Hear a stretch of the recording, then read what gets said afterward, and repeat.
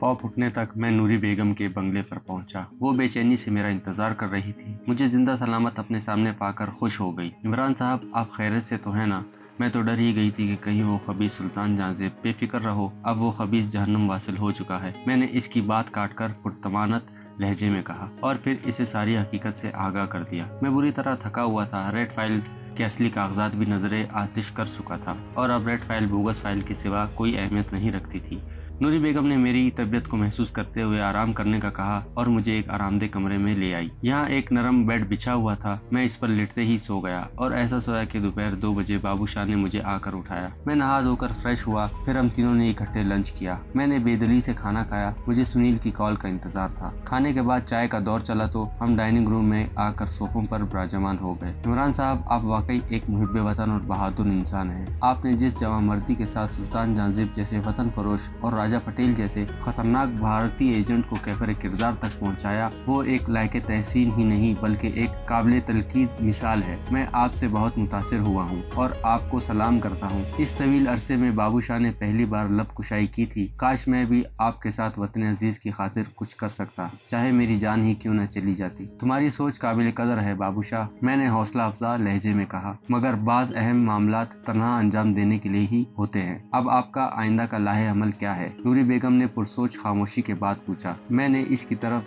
देखकर एक हुंकारी भर ली। मुझे अब सुनील की कॉल का इंतजार है, देखें वो क्या कहता है। इमरान साहब, तकदीर वाकई आपका साथ दे रही है, वो बोली। आपने बड़ी कामयाबी के साथ न सिर्फ मुल्की राजों को दुश्मन एजेंटों के हाथों में जाने से बचा लिया, बल्कि दुश्मन के 2 इंतहाई अहम मोहरों सुल्तान जाज़ेब और राजा पटेल को भी जहन्नम वासिल कर दिया है और इसके साथ साथ दुश्मन एजेंट की सफ़ों में दाखिल होने की भी राह ढूंढ ली है। ये वाच ट्रांसमीटर आपके मिशन में कामयाबी का बेहतरीन जरिया बन सकती है। मैं इसकी बात पर हौले हौले अपने सर को तफहीमी जुम्बिश देने लगा। अचानक मेरी वाच ट्रांसमीटर पर हल्की बीप की आवाज उभरी। मैं चौंका। फिर मैंने सबसे पहले हाथ के इशारे से बाबू शाह और नूरी बेगम को कुछ बोलने से मना किया। फिर अपनी कलाई पर बंधी वाच ट्रांसमीटर को कान के करीब करते हुए छोटा सा बटन ऑन कर दिया। पहले हल्की सरसराहट उभरी, इसके बाद सुनील की आवाज उभरी। हेलो 0911, मैं सुनील मुखातिब हूँ, ओवर। मैंने भी जवाबन कोड दोहराने के बाद ओवर कहा तो इसने सबसे पहले पूछा, तुम इस वक्त कहाँ हो? ओवर। मैं अपने दोस्त के घर में छुपा हुआ हूँ, मगर यहाँ ज्यादा देर नहीं रह सकता, ओवर। मैंने कहा, मैंने तुम्हारे बारे में बॉस को बताया था।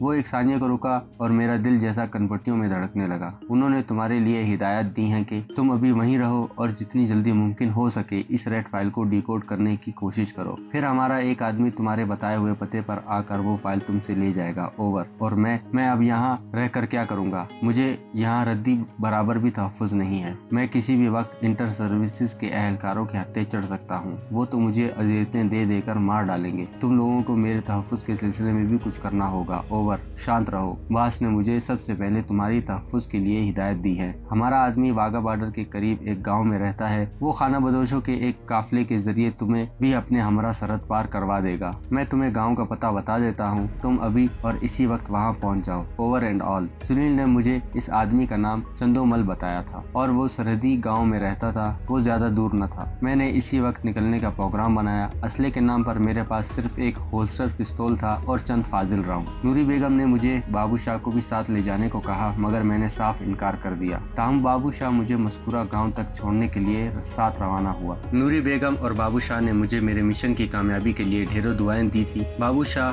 खामोशी से कार ड्राइव कर रहा था। हम सफर 5 बजे के करीब रवाना हो गए थे। 1 घंटे बाद हम मस्कुरा गांव के करीब पहुंचे तो मैंने बाबू शाह को कार रोकने को कहा। फिर बाबू शाह मुझसे बगलगीर होने के बाद वापस लौट गया और मैं आगे बढ़ गया। चारों तरफ भुरभुरी मिट्टी वाला मैदान नजर आ रहा था, जहां जा बजा छिरछिरी खुदकार झाड़ियों की बहुतात नजर आती थी। खाना बदोशों की एक ऐसी बस्ती नजर आई। मैं जरा सुस्ताने के लिए रुका और फिर चल पड़ा। बस्ती की आबादी 100-150 अफराद पर मुश्तमिल थी। मैं चंदोमल का पता पूछता हुआ इसकी झुकी में पहुंचा। वो एक सांवली रंगत का तनोमंद शख्स था। कद में मुझसे जरा दबता हुआ था। इसकी आंखों में शिकरे जैसी चमक थी। ये भी दुश्मन एजेंट था, मगर खाना बदोशों के रूप में यहाँ मौजूद था। मैंने इसे कोड वर्ड्स बताए और फिर सुनील की गुफ्तगू का हवाला दिया। सुनील ने चूंकि इसे पहले ही मेरे बारे में बताया था कि इसलिए वो गायबाना तौर पर मुझे पहचान गया था। इसने मुझे एक बोसीदा से मोड़े पर बैठने का इशारा किया और खुद एक चारपाई पर विराजमान होने के बाद मुझसे बोला, वो फाइल कहाँ है? मेरे पास है, मैंने मुख्तसरन कहा। साथ ही मैंने महसूस किया वो गहरी गहरी नजरों से बगौर मेरे चेहरे को घूरे जा रहा था। कहाँ है, मुझे दिखाओ, वो बोला। जाने क्यों मुझे अपने वजूद में सरसराहट सी दौड़ती हुई महसूस होने लगी। मैंने अपनी कमीज के नीचे पेट से बंधी हुई फाइल इसके सामने कर दी। इसने फाइल मेरे हाथ से ले ली और इसे उलट पलट कर देखने लगा। मेरा दिल तेजी से धड़क रहा था। अगर इसे जरा भी शक हो जाता कि ये फाइल महज आड़ी तिरछी लकीरों वाले रद्दी कागज का परिंदा है तो दुश्मन एजेंटों की सफों में घुसने का मेरा मंसूबा बुरी तरह नाकाम हो सकता था। वो चंद लम्हे वर्क गर्दानी करने के बाद बगौर फाइल का मुताला करने की कोशिश कर रहा था। इसके बाद इसने सनसनाती नजरों से मेरी तरफ देखा और फाइल मेरे मुंह पर खींच मारी। एक लम्हे को तो मैं बुरी तरह बौखला गया। चंदोमल ने अगले ही लम्हे फुर्ती के साथ एक स्याह नाल वाला खौफनाक पिस्तौल निकाल लिया और इसका रुख मेरी तरफ करते हुए उबलती हुई आंखों से मुझे घुरा और खूनख्वार लहजे में बोला, सच सच बताओ कौन हो तुम, वरना तुम्हारे सीने में गोली उतार दूंगा। वही हुआ जिसका मुझे डर था, मगर मैं भी हौसला हारने वाला नहीं था और हैरान और परेशान होने की अदाकारी करते हुए इससे बौखला कर बोला, ये तुम क्या कर रहे हो? राजा पटेल ने मुझे अपना साथी बनाया था और बकवास बंद करो। वो मेरी बात काट कर बोला, बास ने मुझे तुम्हारी असलियत जानने के लिए इस काम पर मामूर किया था, क्योंकि रेड फाइल की असलियत और इसके मदरजात से मैं वाकिफ था और अब महज रद्दी कागजों की फाइल ने तुम्हारी भी असलियत हमारे सामने रद्दी कर दी है। अब मुझे पूरा यकीन था कि तुम्ही ने हमारे दो अहम मोहरों को। अभी इसने इतना ही कहा था कि मैंने फुर्ती के साथ अपनी लात चला दी। नतीजतन पिस्तौल इसके हाथ से निकलता चला गया। मैंने इसे संभलने का मौका दिए बगैर इसके नाक पर घूंसा रसीद कर दिया। इसके हलक से एक वहशियाना गुर्राहट उभरी, मगर वो भी सख्त जान साबित हुआ था। अगरचे नाक पर लगने वाली ज़रब से इसका चेहरा लहूलुहान हो गया था, मगर वो भी एक तरबियत याफ्ता एजेंट था। इसने चश्मेज़द में अपने मुख्तल पड़ते हवासों पर काबू पाया था और बिजली किसी सरात के साथ अपने घुटने की जोरदार ज़रब मेरे पेट पर रसीद कर दी। अजियत की एक तूफानी लहर मेरे रगोपे में सराहत करती चली जा रही थी और मेरा जी उलटने लगा। मैं अपना मजरूब पेट पकड़े बेख्तियार रुकू के बल झुका तो इसने एक बार फिर अपने घुटने की ज़रब मेरी नाक पर रसीद करने की कोशिश की, मगर मैं अब इसे कहाँ मौका देने वाला था। मैंने अपना पेट छोड़कर दोनों हाथों से इसकी टांग पकड़कर मरोड़ डाली। इसने उछलकर दूसरी टांग की किक मेरे सीने पर रसीद कर दी। मैं लड़खड़ाकर चंद कदम जैसे ही पीछे हट गया, वो जमीन पर गिरा और सहराई छिपकली की तरह लौट लगाता हुआ करीब गिरे हुए अपने पिस्तौल की तरफ लपका। मैं अगर चाहता तो बआसानी अपना पिस्तौल निकाल कर उसे जहन्नुम हासिल कर सकता था, लेकिन मैं नहीं चाहता था कि गोली चलने के धमाकेदार आवाज से बस्ती वाले इधर मुतवज्जा हों। चुनाचा मैंने इसकी पिस्तौल तक पहुँचने से पहले ही इस पर एक लॉन्ग जंप लगा दी। इसका हाथ जमीन पर पड़े पिस्तौल से चंद इंच के फासले पर ही था कि मैंने पक कर इसे उठा लिया और फिर इसकी आहनी ज़रब से चंदोमल के सर के पिछले हिस्से पर वार दाग दिया। ये दुश्मन एजेंट था, मैं इसे किसी कीमत पर जिंदा नहीं छोड़ना चाहता था, इसलिए मैंने इसका टेटवा दबाकर बेहोशी की हालत में इसे मौत के घाट उतार दिया। मैंने जल्दी जल्दी इसकी जामा तलाशी ली, मगर कोई काबिल जिक्र शय नाम बरामद हुई। यही हाल झुग्गी की तलाशी लेने पर हुआ। मेरा जहन अब इस नई सूरत हाल पर तेजी से काम कर रहा था। मैंने चंद सानिये के लिए अपनी फूली हुई सांसों को बहाल किया और फिर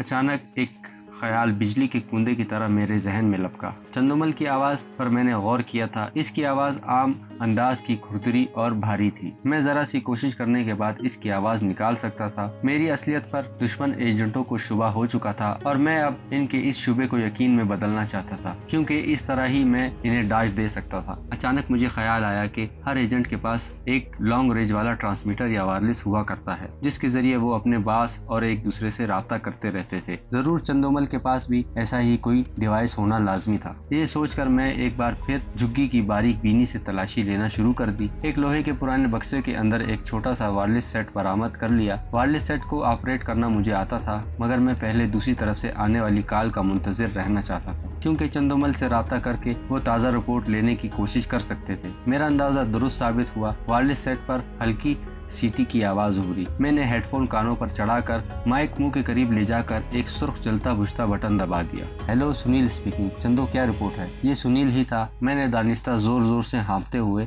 चंदोमल जैसी भारी और खुरदरी आवाज में बोला। हमारा शक दुरुस्त साबित हुआ। वो दुश्मन का जासूस ही था। इसने ही हमारे दो अहम मोहरों सुल्तान जहांजेब और राजा पटेल को भी हलाक किया था। फिर हमारे साथ मिलने का ड्रामा रचाते हुए वो एक नकली और बोगस फाइल तरतीब देकर इसे रेड फाइल के रूप में लेकर हमारे पास पहुंचा। मैंने फाइल देखते ही भांप लिया था कि ये असली फाइल नहीं। यूं बड़ी मुश्किलों से मैंने इसे काबू कर लिया था और इससे असल फाइल के बारे में अभी पूछगछ कर ही रहा था कि इसने अपनी दाढ़ में दबे एक साइनाइड कैप्सूल को चबाकर अपनी जान दे डाली। ओवर। मेरी सराहत भरी गुफ्तगू के बाद सुनील की आवाज उभरी, चंदो ये बहुत बुरा हुआ, हमारे 2 अहम मोहरे भी मारे गए हैं, असली फाइल भी हाथ से चली गई है। इतना कहकर वो चंद सानिये के लिए खामोश हुआ। मैं अंदर ही अंदर इसकी नाकामी पर खुशी महसूस कर रहा था। हमारा नाकाबिल तलाफी नुकसान हुआ है, काश कम से कम ये रेड फाइल ही हमारे कब्जे में आ जाती तो इस नुकसान की तलाफी हो जाती। खैर अब तुम ऐसा करो, किसी तरह यहाँ से निकलने की कोशिश करो। ओवर। हरगिज नहीं, मैं वो रेड फाइल लिए बगैर खाली हाथ नहीं लौटूंगा। ओवर। मैंने दानिस्ता अपनी अहमियत जताने के लिए पुरजोश लहजे में कहा, नहीं चंदो, हमें अब नए सिरे से मंसूबाबंदी करनी होगी, ये बास का हुक्म है। तुम अटारी से सीधा अमृतसर पहुँचो, मैं सीतापाल के यहाँ तुम्हारा मुंतजिर हूँ। वहाँ से हम हेडक्वार्टर की तरफ लौट जाएंगे। बास ने हंगामी मीटिंग बुलाई है। Over and all. सुनील ने इतना कहकर राब्ता मुनक़ता कर दिया और मेरा दिल खुशी मुसरत से बिल्लियों उछल रहा था। मगर अब सवाल ये पैदा होता था कि अगर मैं अटारी के रास्ते अमृतसर पहुंच भी जाता हूं तो सीतापाल के मकान में सुनील से रूबरू मिलूंगा तो चंदोमल की जगह एक अजनबी को देखकर वो होशियार हो जाएगा। चुनाचा मैंने इसका हल भी सोच लिया। जल्द ही खाना बदोशों ने अपना पड़ाव उठा लिया। मैं चंदोमल के भाई की हैसियत से इनमें शामिल हो गया।